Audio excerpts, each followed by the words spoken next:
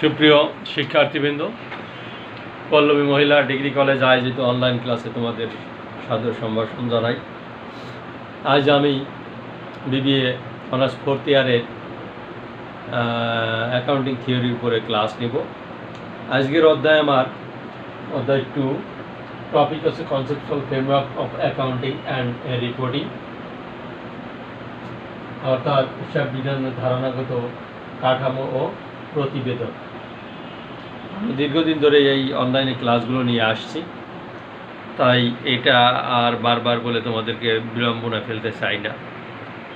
হয়তো আমাদের এভাবেই তোমাদের ক্লাসটা শেষ করতে হবে। তোমাদের এই ক্লাস যতদিন এই করোনা থাকবে ততদিন আমাদের এভাবেই ক্লাসগুলো নিতে হবে। আমরা ইতিমধ্যে এই অধ্যায় চ্যাপ্টার 2 এর বেশ কিছু জিনিস আমরা শেষ করেছি। আজ আমরা যেসব জিনিসগুলো শেষ করব সেগুলো আমরা একটু বোর্ডে লিখে নিই, যে আমরা কী কী জিনিস আজ পড়াবো।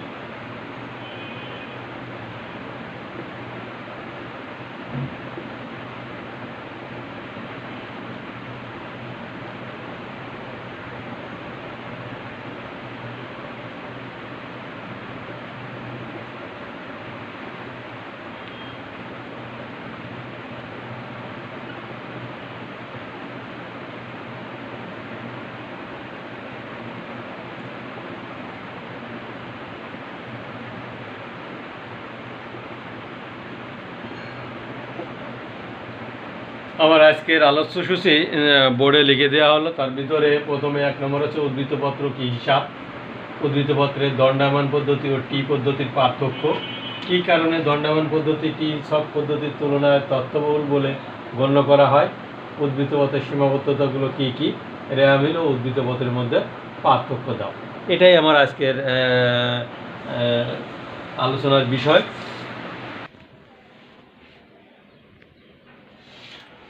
তাহলে 1 নম্বরে আছে আমার উদ্বৃত্তপত্রের কি হিসাব, এটা নিয়ে আমরা আজ আলোচনা করব। এখন এই উদ্বৃত্তপত্র হিসাব কিনা সেটা নির্ভর করবে আমাদের আলোচনার উপরে, এবং আলোচনায় তথ্যবহুল কিছু আলোচনা আমাদের আছে এখানে। একটি নির্দিষ্ট সময় শেষে প্রতিষ্ঠানের দায় ও মালিকানা সত্ত্বে উদ্বৃত্তপত্র লিপিবদ্ধ করা হয়।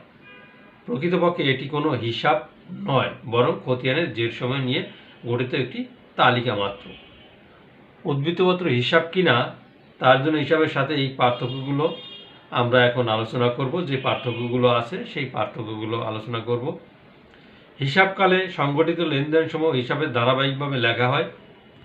অপরপক্ষে হিসাবকাল শেষে সম্পত্তি ও দায় হিসাবের জের নিয়ে উদ্বৃত্তপত্র প্রস্তুত করা হয়। 2 নম্বর পার্থক্য, হিসাবের বাম দিকে ডেবিট ও ডান দিকে ক্রেডিট বলা হয়। উদ্বৃত্তপত্রের বাম দিকে দায় এবং ডান দিকে সম্পত্তি দেখানো হয়। এটা আমরা সবাই জানি যে উদ্বৃত্তপত্রের বাম দিকে দায় এবং ডান দিকে সম্পত্তি দেখানো হয়। 3 নম্বর কারণ হচ্ছে সকল প্রকার হিসাব খতিয়ানে লেখা হয়, কিন্তু উদ্বৃত্তপত্রের খতিয়ান লেখা হয় না, এটি পৃথক কাগজে প্রস্তুত করা হয়। যেসব হিসাবে ডেবিট ও ক্রেডিট জের থাকে সেসব হিসাবে দুই দিকে সমান হয় না। কোনো ভুল না থাকলে উদ্বৃত্তপত্রের উভয় দিক মিলে যাবে। 5 নম্বর হচ্ছে লেনদেন সংগঠিত হওয়ার সাথে সাথে প্রাথমিক বই জাবেদায় লেখা হয় এবং জাবেদা থেকে খতিয়ান প্রস্তুত করা হয়। খতিয়ানের জের সমূহে উদ্বৃত্তপত্র প্রস্তুত করা হয়।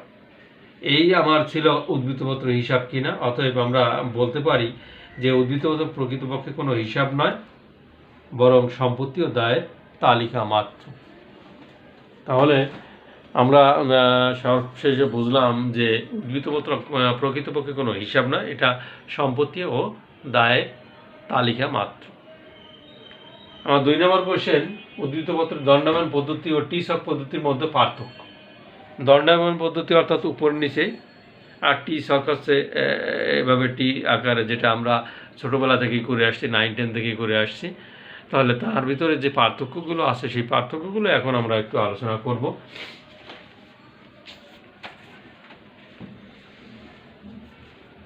আর্থিক বিবরণী সময়ের মধ্যে অন্যতম হলো উদ্বৃত্তপত্র। এই উদ্বৃত্তপত্র বিভিন্নভাবে উপস্থাপন করা যায়, তবে এটি উপস্থাপনের প্রধান 2টি পদ্ধতি হলো দণ্ডায়মান পদ্ধতি ও টি-সক পদ্ধতি। উভয় পদ্ধতির উদ্বৃত্তপত্রের বিষয়বস্তু এক থাকলেও উপস্থাপনের ক্ষেত্রে সুস্পষ্ট পার্থক্য ও ভিন্নতা পরিলক্ষিত হয়। আচ্ছা, যেসব পার্থক্য ভিন্নতা পরিলক্ষিত হয় তা এখন আমরা আলোচনা করব। 1 নম্বর হচ্ছে আমার মূল পার্থক্য। মূল পার্থক্য কি? দণ্ডায়মান পদ্ধতি এবং টি-সক পদ্ধতি। দণ্ডায়মান পদ্ধতিতে যখন সম্পত্তি ও দায়কে পাশাপাশি না দেখিয়ে সম্পত্তিকে প্রথমে এবং তার নিচে দায়গুলোকে দেখানো হয়, তখন তাকে উদ্বৃত্তপত্র দণ্ডায়মান পদ্ধতি বলে। আর টি পদ্ধতি যখন সম্পদ ও দায় পাশাপাশি উপস্থাপন করা হয় তাকে টি পদ্ধতি বলা হয়। উৎপত্তি স্থল, দণ্ডায়মান পদ্ধতির জন্ম ও ব্যবহার শুরু হয় মার্কিন যুক্তরাষ্ট্রে। টি পদ্ধতি মূলত যুক্তরাজ্যে বহুলভাবে ব্যবহৃত হয়। বিকল্প নাম, দেখা যাক এর বিকল্প কী নাম আছে। দণ্ডায়মান পদ্ধতির উলম্ব বা ভার্টিক্যাল পদ্ধতি বলা হয়। টি পদ্ধতি অনুভূতিক বা হরিজন্টাল পদ্ধতি বলা হয়। তুলনায় সুবিধা, এই পদ্ধতিতে 2 বা ততোধিক বছরের উপাত্ত উপস্থাপন করা সহজতর হয়, আর টি-সক পদ্ধতিতে ততোধিক বছরের উপাত্ত বা তথ্য উপস্থাপন করা কঠিন বা তুলনামূলকভাবে জটিল। স্বীকৃতি, ইদানিং দণ্ডায়মান পদ্ধতি আধুনিক পদ্ধতি হিসাবে স্বীকৃতি দেখা দিয়েছে। এটি প্রাচীন পদ্ধতি হিসাবে বিবেচিত হচ্ছে, অর্থাৎ টি-সক পদ্ধতি প্রাচীন পদ্ধতি হিসাবে বিবেচিত হচ্ছে। প্রয়োগ ক্ষেত্র, বর্তমানে এই পদ্ধতি ব্যাপকভাবে ব্যবহৃত হচ্ছে, অর্থাৎ দণ্ডায়মান পদ্ধতি ব্যাপকভাবে ব্যবহৃত হচ্ছে, আর টি পদ্ধতি ব্যবহার ক্রমশ হ্রাস পাচ্ছে।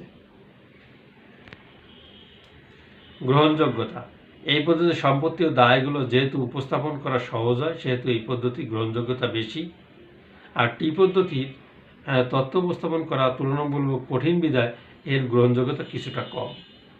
অনুপাত বিশ্লেষণের সুবিধা, দণ্ডায়মান পদ্ধতিতে কয়েক বছর তথ্য উপস্থাপন করা যায় বলে অনুপাত বিশ্লেষণ সহজসাধ্য হয়, আর টি পদ্ধতির বিবরণী থেকে আনুপাতিক বিশ্লেষণ করা সহজসাধ্য নয়। একাধিক তথ্য উপস্থাপন, এই পদ্ধতি একসাথে একাধিক বছরের তথ্য উপস্থাপন করা যায় বলে এটি তথ্য ব্যবহারকারীদের অনেক প্রিয়। আর টি পদ্ধতি একসাথে একাধিক বছরের তথ্য উপস্থাপন করা যায় সহজ নয় বলে এটি ব্যবহারকারীদের নিকট তুলনামূলকভাবে কম প্রিয়। শিরোনাম: দণ্ডায়মান পদ্ধতি মার্কিন যুক্তরাষ্ট্রের তথ্যসমূহ ঊর্ধ্ব ও অধ অর্থাৎ ভার্টিক্যাল আকারে সাজিয়ে দেখানো হয় বলে একে বিবরণী বা স্টেটমেন্ট বলা হয়।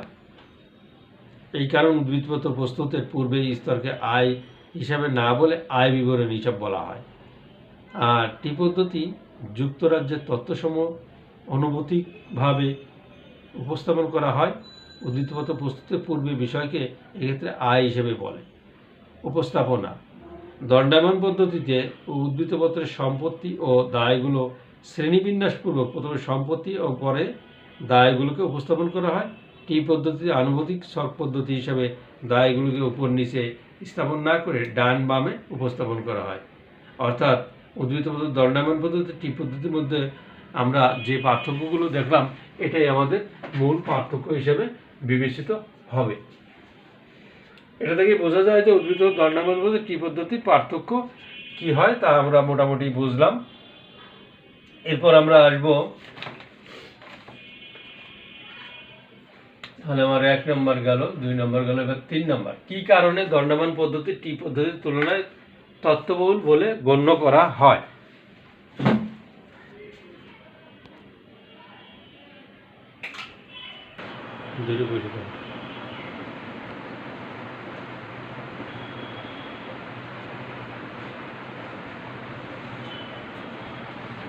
এখন আমরা আসবো কি কারণে দণ্ডায়মান পদ্ধতি টি পদ্ধতির তুলনায় তথ্যবহুল বলে গণ্য করা হয়। দণ্ডায়মান পদ্ধতি আমাদের এটা যুক্তরাষ্ট্রভিত্তিক পদ্ধতি এবং টি পদ্ধতি আমাদের যুক্তরাজ্য ভিত্তিক পদ্ধতি।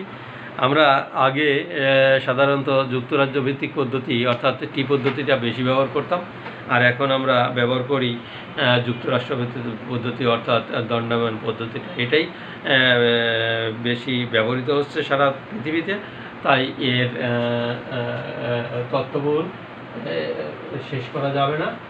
কি কারণে আমরা এটাকে তথ্যবহুল বলবো তার কিছু কাহিনী এখানে আমরা বলবো। আর্থিক বিবরণী, বিশেষ করে উদ্ধৃতপত্র আয় বিবরণী কোনো প্রতিষ্ঠানের জন্য অত্যন্ত গুরুত্বপূর্ণ বিষয় বলে সর্বজন স্বীকৃত। উদ্ধৃতপত্রকে প্রতিষ্ঠানের দর্পণ বলা হয়। আমরা সবাই জানি যে উদ্ধৃতপত্রকে প্রতিষ্ঠানের দর্পণ বলা হয়। তথ্য ব্যবহারকারীদের নিকট উদ্ধৃতপত্র সহ অন্যান্য আর্থিক বিবরণী সহ অত্যন্ত গুরুত্বপূর্ণ। এগুলো থেকে কারবারের আর্থিক অবস্থা সম্বন্ধে অবগত হওয়া যায় এবং তদনুযায়ী সিদ্ধান্ত গ্রহণ করা যায়। আর্থিক বিবরণী সমূহ দুইভাবে উপস্থাপন করা যায়। একটা হচ্ছে দণ্ডায়মান বা উলম্ব, ইংলিশে হবে ভার্টিক্যাল ছকে, আর একটা হচ্ছে টি ছক বা অনুভূতিক বা হরিজন্টাল ছকে। দণ্ডায়মান পদ্ধতি উদ্ধৃতপত্রের সম্পত্তি ও দায় সমূহকে শ্রেণীবিন্যাস করে প্রথমে সম্পত্তি এবং এর নিচে দায় সমূহকে উপস্থাপন করা হয়। অন্যদিকে টি পদ্ধতিতে আনুপাতিক ছকে সম্পত্তির দায়কে শ্রেণীবিন্যাস করে করা হয়, কিন্তু সম্পত্তি ও দায় সমূহকে উপরের নিচে স্থাপন না করে ডানে ও বামে উপস্থাপন করা হয়। দণ্ডায়মান পদ্ধতি তুলনামূলক বোধগম্য বিধায় বর্তমানে বেশিরভাগ প্রতিষ্ঠানই এই পদ্ধতিতে উদ্ধৃতপত্র প্রস্তুত করে থাকে। উপরোক্ত দুটি পদ্ধতির মধ্যে উলম্ব বা দণ্ডায়মান পদ্ধতি আনুপাতিক পদ্ধতির চেয়ে কিছু বিষয়ে সুবিধাজনক অবস্থানে রয়েছে। এতে পাশাপাশি বেশ কয়েক বছরের তথ্য একটি বিবরণের মাধ্যমে প্রকাশ করা সম্ভব হয়, কিন্তু আনুপাতিক ছকে 2 বছরের তথ্যের বেশি প্রকাশ করা সম্ভব হয় না। তাছাড়া দণ্ডায়মান পদ্ধতিতে পাশাপাশি তথ্যসমূহ সন্নিবেশিত থাকায় তথ্যগুলোর তুলনা করা সহজ হয় এবং সেই সাথে অধিকতর বোধগম্য হয়। এই দৃষ্টিকোণ থেকে টি পদ্ধতির তুলনায় দণ্ডায়মান পদ্ধতিকে অধিকতর তথ্যবহুল বলে বিবেচিত হয়। উলম্ব বা দণ্ডায়মান পদ্ধতি তুলনামূলকভাবে অধিক তথ্য সন্নিবেশিত করা সম্ভব এবং সেই সাথে অনেকটা সহজবোধ্য বিধায় বর্তমানে অধিকাংশ প্রতিষ্ঠানই এই পদ্ধতিতে উদ্ধৃতপত্র প্রস্তুত করছে। তবে কোম্পানি আইন ও কোম্পানি অধ্যাদেশ অনুযায়ী আর্থিক বিবরণী প্রস্তুত করা হলে যে কোনো ছকেই ব্যবহার করা হোক না কেন বিবরণীতে দফাসমূহ একই থাকবে। সুতরাং এই দৃষ্টিকোণ থেকে কোনো বিশেষ ছককেই অধিকতর তথ্যবহুল বলা যাবে না। তবে নির্দ্বিধায় এটা বলা যায় তথ্য উপস্থাপনের ক্ষেত্রে দণ্ডায়মান পদ্ধতি অধিকতর সুবিধাজনক ও গ্রহণযোগ্য। তাহলে আমরা বুঝলাম কি কারণে দণ্ডায়মান পদ্ধতি ও টি পদ্ধতির তুলনায় তথ্যবহুল বলে গণ্য করা হয়। খুব সহজ একটা বিষয়। মোট কথা এর একটা ভিউ রয়েছে, যেটা হচ্ছে দণ্ডায়মান পদ্ধতিতে আমরা বেশ কয়েক বছরের তথ্য উপস্থাপন করতে পারি, আর টিচক পদ্ধতিতে আমরা বেশ কয়েক বছরের তথ্য উপস্থাপন করতে পারি না। তাই দণ্ডায়মান পদ্ধতি আমাদের টিচক পদ্ধতির তুলনায় তথ্যবহুল বলে গণ্য করা হয়।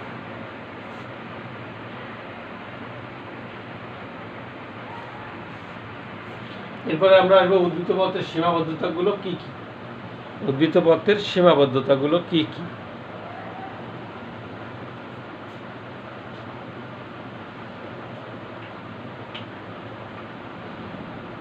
উদ্ধৃত পত্রে বেশ কিছু সীমাবদ্ধতা আছে।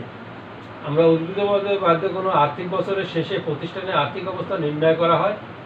এর বহুবিধ সুবিধা থাকা সত্ত্বেও কিছু কিছু ক্ষেত্রে সীমাবদ্ধতা রয়েছে। আর যে সীমাবদ্ধতাগুলো রয়েছে সেই সীমাবদ্ধতাগুলোই এখন আমরা তুলে ধরার চেষ্টা করব এখানে।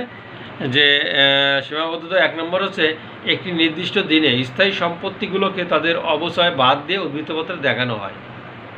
একটি প্রচলিত বা প্রথাগত উদ্ধৃতপত্র এই সকল সম্পদের সঠিক চিত্র প্রদর্শন করে না। অর্থাৎ অবচয় যখন আমরা উদ্ধৃতপত্র কোনো সম্পত্তি থেকে বাদ দিই, এটা আমরা অনুমান হিসাবে ধরে নিই।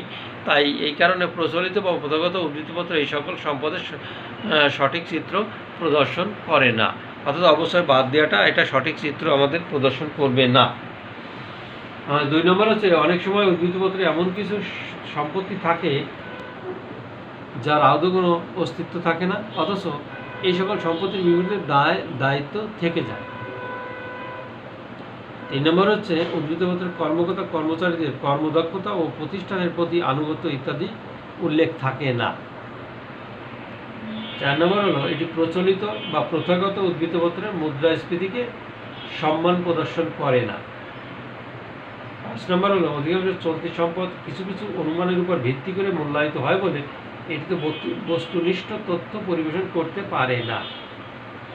6 নম্বর আমার হলো সীমাবদ্ধতা, কারবার অনেক সময় গুপ্ত সঞ্চিতির সৃষ্টি হয় যা উদ্ধৃতপত্রে দেখানো হয় না। অর্থাৎ আমরা বলতে পারি উদ্ধৃতপত্রের সীমাবদ্ধতাগুলো থাকা সত্ত্বেও প্রতিষ্ঠানের জন্য উদ্ধৃতপত্র প্রস্তুত করা গুরুত্বপূর্ণ। এই ছিল আমার উদ্ধৃতপত্রের সীমাবদ্ধতা। এখন আমরা চলে আসবো রেওয়া মিল ও উদ্ধৃতপত্রের মধ্যে পার্থক্য।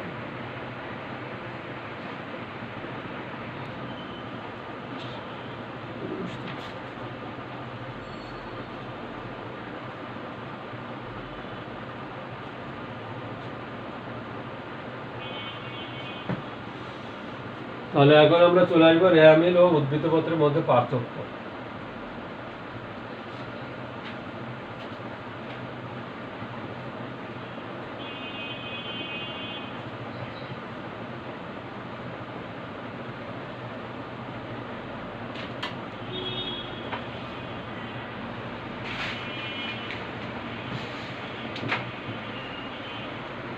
হিসাবের গাণিতিক শুদ্ধতা যাচাইয়ের জন্য খতিয়ানের লিপিবদ্ধ হিসাব খাতসমূহের ডেবিট ও ক্রেডিট যেগুলো নিয়ে যে তালিকা বা বিবরণী প্রস্তুত করা হয় তাকে রেওয়া মিল বলে। অপরপক্ষে হিসাবকালের শেষ দিনের ব্যবসা প্রতিষ্ঠানের আর্থিক অবস্থা জানার জন্য সকল সম্পত্তির দায়ের যে বিবরণী প্রস্তুত করা হয় এবং উভয় দিক সমান হয় তাকে উদ্ধৃতপত্র বলে। রেওয়া মিল উদ্ধৃতপত্রের পার্থক্য এখন আমরা আলোচনায় আসব। এর উদ্দেশ্য, প্রথম হচ্ছে পার্থক্যের উদ্দেশ্যটা কী। হিসাব সময়ের গাণিতিক নির্ভরতা যাচাইয়ের উদ্দেশ্যে রেওয়া মিল প্রস্তুত করা হয়, আর উদ্ধৃতপত্র ব্যবসার আর্থিক অবস্থা জানার জন্য উদ্ধৃতপত্র প্রস্তুত করা হয়। এরপর হচ্ছে আওতা। রেওয়া মিলের আওতা সীমিত, উদ্ধৃতপত্রের আওতা ব্যাপক। ছকটা কীভাবে টানতে হবে? রেওয়া মিল প্রস্তুত করা হয় সাধারণ জাবেদার ছকে, আর ব্রিটিশ পদ্ধতির উদ্ধৃতপত্রের ছক হিসাবে ছকের মতে আমার উদ্ধৃতপত্র প্রস্তুত করা হয়।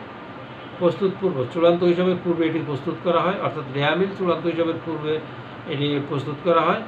আর উদ্ধৃতপত্র উৎপাদন হিসাব, ক্রয় বিক্রয়, লাভ ক্ষতি হিসাবের পরে উদ্ধৃতপত্র প্রস্তুত করা হয়। এটা আমরা সবাই জানি। অন্তর্ভুক্তিকরণ, ব্যক্তিগত সম্পত্তি ও আয় ব্যয়বাচক ইত্যাদি সব রকমের খতিয়ান হিসাবের সাহায্যে রেওয়া মিল প্রস্তুত করা হয়। আর উদ্ধৃতপত্র সম্পত্তিবাচক ব্যক্তিবাচকের হিসাব উদ্ধৃতপত্র দিয়ে নিয়ে উদ্ধৃতপত্র প্রস্তুত করা হয়। মজুত পণ্য সমাপনী মজুত পণ্য রেওয়া মিলে অন্তর্ভুক্ত হয় না। উদ্ধৃতপত্র সমাপনী মজুত পণ্য লিপিবদ্ধ করা হয়। লিখন পদ্ধতিতে রেওয়া মিলের বাম দিকে টাকার কলামে ডেবিট এবং ডান দিকে টাকার কলামে ক্রেডিট লেখা হয়। উদ্ধৃতপত্রের বাম দিকে মূলধন ও দায় এবং ডান দিকে সম্পত্তি সমূহ লিপিবদ্ধ করা হয়। বাধ্যবাধকতা এটি প্রস্তুত করা বাধ্যবাধকতা নয়, অর্থাৎ রেওয়া মিল প্রস্তুত করা বাধ্যবাধকতা নয়, কিন্তু উদ্ধৃত প্রস্তুত করা বাধ্যতামূলক, কারণ এটি কারবারের আর্থিক অবস্থার দর্পণ। স্বাক্ষর রেওয়া মিল নিরীক্ষকের স্বাক্ষরের প্রয়োজন হয় না, কিন্তু উদ্ধৃতপত্র নিরীক্ষকের স্বাক্ষর নির্ভুলভাবে প্রমাণ করে থাকে। উপস্থাপন রেওয়া মিল হিসাবের উদ্ধৃতপত্রগুলো সাজিয়ে লেখার প্রয়োজন হয় না। উদ্ধৃতপত্র সম্পত্তি দায়ের দফাসমূহ তারল্য নীতি, স্থায়িত্বের নীতি ও মিশ্র নীতির সাজানো হয়ে থাকে। আইনের বাধ্যবাধকতা কোম্পানি আইন অনুসারে রেওয়া মিল প্রস্তুত করার কোনো আবশ্যকতা নেই। কোম্পানি আইনের চাহিদা অনুসারে প্রতিটি প্রতিষ্ঠানের চূড়ান্ত অংশ হিসাবে উদ্ধৃতপত্র প্রস্তুত করা অবশ্যম্ভাবী। আয় ব্যয় বকেয়া অগ্রিম আয় ব্যয় রেওয়া মিলে অন্তর্ভুক্ত করা থাকে না। বকেয়া অগ্রিম আয় উদ্ধৃতপত্রে অন্তর্ভুক্ত থাকে। অনুপাত বিশ্লেষণ রেওয়া মিলের দফাসমূহতে অনুপাত বিশ্লেষণ করা হয়। বকেয়া অগ্রিম আয় ব্যয় উদ্ধৃতপত্রে অন্তর্ভুক্ত থাকে। সমন্বয় হিসাবের বিভিন্ন প্রকার সমন্বয় করার পূর্বে রেওয়া মিল প্রস্তুত করা হয়। হিসাবের বিভিন্ন প্রকার সমন্বয় সাধনের পর উদ্ধৃতপত্র প্রস্তুত করা হয়। অনিশ্চিত হিসাব রেওয়া মিলের তাৎক্ষণিক মিলকরণের জন্য অনিশ্চিত হিসাব বা গড় মিল হিসাব লিপিবদ্ধ করা হয়। উদ্ধৃতপত্র অনিশ্চিত হিসাব ব্যবহার স্বীকৃত বা গ্রহণযোগ্য নয়। ধরন এটি খতিয়ান হিসাবে ডেবিট ও ক্রেডিট যে সময়ের একটি তালিকা। এটি প্রতিষ্ঠানের সম্পত্তি ও দায় সময়ের সংক্ষিপ্ত ও শ্রেণীবদ্ধ বিবরণী। এই ছিল আজকের আমাদের ব্রড কোশ্চেনের আলোচনা। এখন আমরা শর্ট কোশ্চেনে চলে যাব। যে শর্ট কোশ্চেনে আমরা কি কি আমাদের আলোচনার বিষয় থাকবে সেটা আমি এখন বোর্ডে লিখে দেব।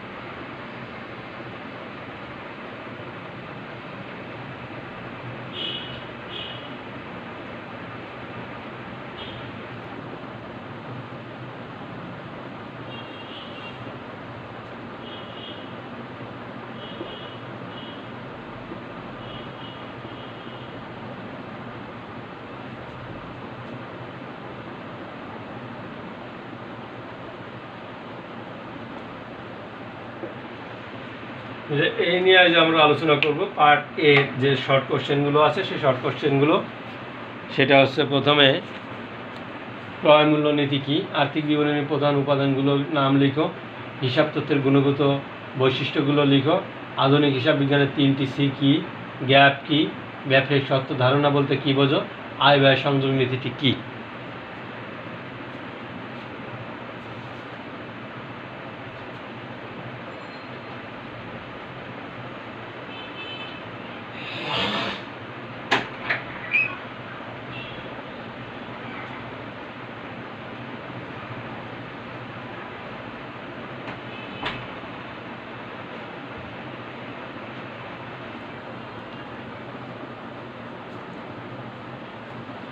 তাহলে ক্রয় মূল্য নীতি কী? কারবারের সম্পত্তিগুলোকে তাদের ক্রয় মূল্য বা ঐতিহাসিক মূল্যে লিপিবদ্ধ করার নীতি ক্রয় মূল্য নীতি। অর্থাৎ এটা আমাদের ক্রয় মূল্য নীতি বা ঐতিহাসিক নীতিকেই আমরা ক্রয় মূল্য নীতি হিসাবে বিবেচিত করতে পারি। কারবারের সম্পত্তিগুলোকে তাদের ক্রয় মূল্যে বা ঐতিহাসিক মূল্যে লিপিবদ্ধ করার নীতিকেই ক্রয় মূল্য নীতি বলে। অর্থাৎ ক্রয় মূল্যে বা ঐতিহাসিক মূল্যে লিপিবদ্ধ করাই আমার হচ্ছে ক্রয় মূল্য নীতি। এরপরে হচ্ছে আর্থিক বিবরণীর প্রধান উপাদানগুলির নাম লেখি। আর্থিক বিবরণী প্রধান উপাদানগুলো যেমন সম্পত্তি, দায়, সত্ত্ব, মালিক কর্তৃক বিনিয়োগ, মালিকের প্রতি বন্টন, রাজস্ব, সামগ্রিক আয়, লাভ, খরচ, ক্ষতি, এইগুলোই হচ্ছে আর্থিক বিবরণীর প্রধান উপাদানগুলোর নাম। 3 নম্বর কোশ্চেন আছে হিসাব তথ্যের গুণগত বৈশিষ্ট্যগুলো কী কী। হিসাব তথ্যের গুণগত বৈশিষ্ট্যগুলো হলো প্রাসঙ্গিকতা, নির্ভরযোগ্যতা, তুলনাযোগ্যতা ও সামঞ্জস্যতা। 4 নম্বর প্রশ্ন হচ্ছে আধুনিক হিসাব বিজ্ঞানের 3টি সি কী। এটা খুবই একটা সুন্দর কোশ্চেন। আধুনিক হিসাব বিজ্ঞানের 3টি সি অর্থাৎ cost, conservatism, consistency. Cost, conservatism, consistency, এই 3টা সি। গ্যাপ কি? What is gap? আর্থিক বিবরণী তৈরি করার জন্য কতগুলো নিয়মাবলী সংগ্রহ যা সকল প্রতিষ্ঠানের নিকট সমানভাবে গ্রহণযোগ্য, তাই হলো গ্যাপ। ব্যবসায়িক সত্য ধারণা বলতে কি বোঝো? 6 নম্বর কোশ্চেন হচ্ছে ব্যবসায়িক সত্য ধারণা বলতে কি বোঝো। প্রতিষ্ঠানের কার্যক্রম বা মালিকের কার্যক্রমকে পৃথক করার অনুমানকে ব্যবসায়িক সত্য ধারণা বলা হয়। অর্থাৎ প্রতিষ্ঠানের কার্যক্রম এবং মালিকের কার্যক্রম এটা দুটোই থাকবে পৃথক, এটা কখনো এক হবে না। এটাই হচ্ছে ব্যবসায়িক সত্য ধারণা। অর্থাৎ ব্যবসার সত্তা আলাদা এবং মালিকের সত্তা আলাদা। আয় ব্যয় সংযোগ নীতিটি কী? আয় ব্যয় সংযোগ নীতি হলো কোনো হিসাবকালে অর্জিত আয়ের বিপরীতে খরচকে সংযোগের মাধ্যমে অবলোপন, অর্থাৎ কোনো হিসাবকালে অর্জিত রাজস্ব থেকে খরচকে বাদ দিয়ে নিট লাভ নির্ণয় করা। এটাই হচ্ছে আমার আয় ব্যয় সংযোগ নীতি। তাহলে আমরা আজ যেটা আলোচনা করলাম পরবর্তীতে আমরা অন্য চ্যাপ্টারে চলে যাব, কারণ এই চ্যাপ্টারের মোটামুটি যতগুলো ইম্পর্ট্যান্ট কোশ্চেন ছিল ততগুলো আমরা আলোচনা করেছি। গত 3টা ক্লাসেই আমরা এই চ্যাপ্টারটা শেষ করলাম। নেক্সটে আমরা চলে যাব অন্য কোনো অধ্যায়ে, অন্য কোনো জায়গায়।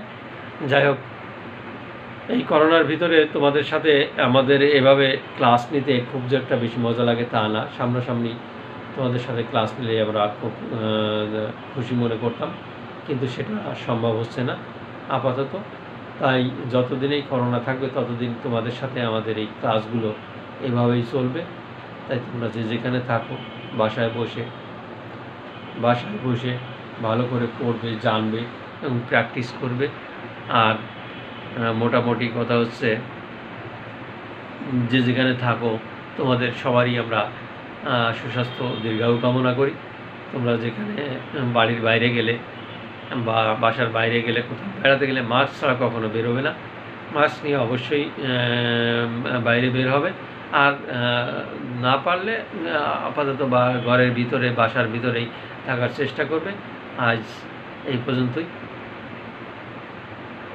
মোট কথা, তোমাদের কাছ থেকে আজকের ক্লাসের জন্য আমি এখানেই বিদায় নিচ্ছি।